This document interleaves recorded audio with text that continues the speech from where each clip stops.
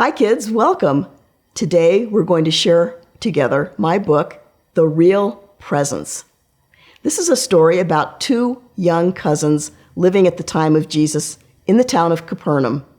Their names are Zedekiah and Abigail, and they want to give a gift to the Lord, but they find out that the gift he gives them is much more important.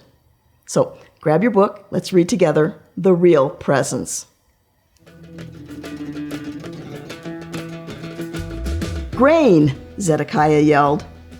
Grapes, his cousin Abigail shouted. The two argued about which was better, the crop Zedekiah and his parents grew, or the fruit farmed by Abigail's family. Grain or grapes, wheat or wine. In fact, the cousins tried to outdo each other in everything. I'm older, faster. I'm taller, stronger. But this debate about their family's crops had lasted for months. Daily, the disagreement echoed off the stone walls of Capernaum and whipped up whitecaps on the Sea of Galilee. We should ask Jesus which is better, grain or grapes, Zedekiah said. Oh, Zeddy, Abigail answered, he would say grapes. His first miracle turned water into wine. Yes, but he fed 5,000 people with just 5 loaves of bread. Zedekiah puffed out his chest like a peacock. When you grow wheat, that's all you get. Bread. Abigail's cheeks dimpled with a crescent on each side. But we produce grapes, raisins, and wine. 3 things, all from one crop. But everyone needs bread, Zeddy said. Abigail shouldered past her cousin and scurried into the synagogue. It was the Sabbath, and Jesus was going to teach today. Zedekiah trailed after her. He stood next to Abigail, as silent and straight as a cypress tree. Both eyed Jesus at the far end of the synagogue. Abigail's fingers snaked around Zedekiah's wrist, but he snapped his arm free. The words of Jesus crashed over the crowd like waves. I am the living bread which came down from heaven, he exclaimed. Bread! Zeddy felt his heart thump faster. He glanced at Abigail. Jesus continued, if anyone eats this bread, he will live forever. Abigail's eyebrows jumped. Why was Jesus talking so much about bread? People in front of the cousins grumbled.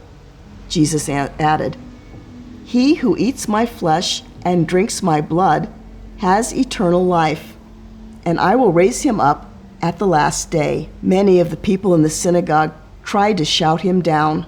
Others plugged their ears. Large groups slipped out of the doors. The cousins heard Jesus ask his closest friends if they wanted to leave too. One of his disciples, a man named Peter, answered for all of them, Lord, to whom shall we go? You have the words of eternal life. The cousins decided it wasn't the right time to ask Jesus their question about which of their crops was better. What do you think about what Jesus said? Abigail asked Zedekiah later. How could we eat his body or drink his blood? Zeddy said. He must have been joking. Abigail wrinkled her brow. No one laughed. Then he must have been speaking in symbols. Maybe it was an image, said Zeddy. Perhaps he meant that we should accept all of him, all of what he teaches. People just misunderstood. Abigail shook her head back and forth like the flag flapping on top of the soldier's fortress. No, if he meant something different, he would have explained. He would have kept them from leaving. Zedekiah's frown plowed creases across his forehead. I don't believe what he said. I could never eat anyone's flesh or drink their blood. I trust him, Abigail said, even if I don't understand how it is possible. It was almost Passover, and their families were preparing to travel to Jerusalem to celebrate the feast at their aunt's home. Each cousin made something special to bring to the meal. Now the two had another thing to debate. Whose handiwork was finer? Zedekiah had woven a tray from tall grass gathered at the shore of the Sea of Galilee. A platter for my bread. Abigail had braided silky cord, dyed it poppy red, and twisted it around the handle of her best pouring pitcher. For wine, it's pretty, Abigail proclaimed. Zedekiah replied, mine's sturdy. Clever, Abigail argued. Zedekiah shot back, useful. On the long journey to Jerusalem, they sat in the back of the wagon. Zedekiah pressed his lips together as thin as fishing line. Abigail's eyes blazed with the fire of twin oil lamps. Neither spoke a word to the other. In Jerusalem, their aunt led the families to her upper room to prepare for the Passover meal. We have special guests coming tonight, she said. Jesus and his apostles. Abigail and Zedekiah gasped. They could give their gifts to the Lord. Zeddy's bread on his platter, Abigail's wine in her pitcher. The contest over which was better would end tonight. Jesus would be the judge. Zedekiah baked unleavened bread from grain he had milled. Abigail tipped a large storage jar and filled her pitcher with wine from grapes she had stomped with the power of a marching army. That evening, they stood next to Jesus' mother Mary, holding their gifts. We have presents for the Lord, Zeddy told Mary. We hope he tells us which is better. Abigail added in a low voice, and we want to know about what he said in the synagogue in Capernaum. We don't understand.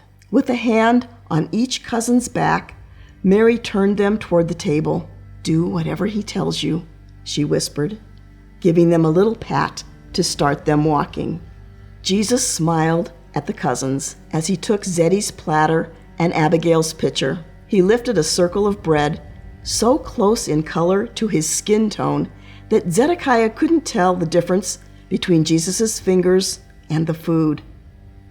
Take, eat. This is my body, which is given for you, Jesus said. Do this in remembrance of me.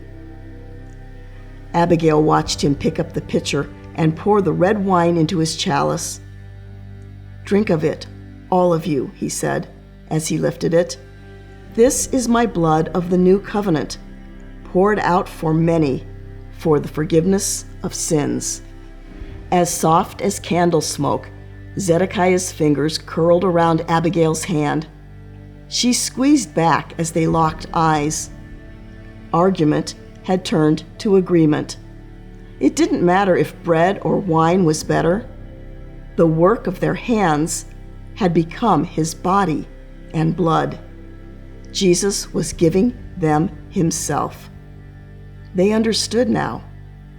Jesus had really meant what he said. They only had to believe and eat and drink. The end. So, have you ever argued with anyone? A sibling, a cousin, your parents? Oh my. Sometimes we need to step back from our argument and focus on what's really important. So Zedekiah and Abigail, they had things that they had made, bread and wine. But the most important thing wasn't the presents, the gifts they were giving to Jesus. What the important thing is what Jesus did with those things, turning them into his body and his blood. Even though it still looked like bread and wine, it really became his body and blood. And that's what we receive every time we go to Holy Communion.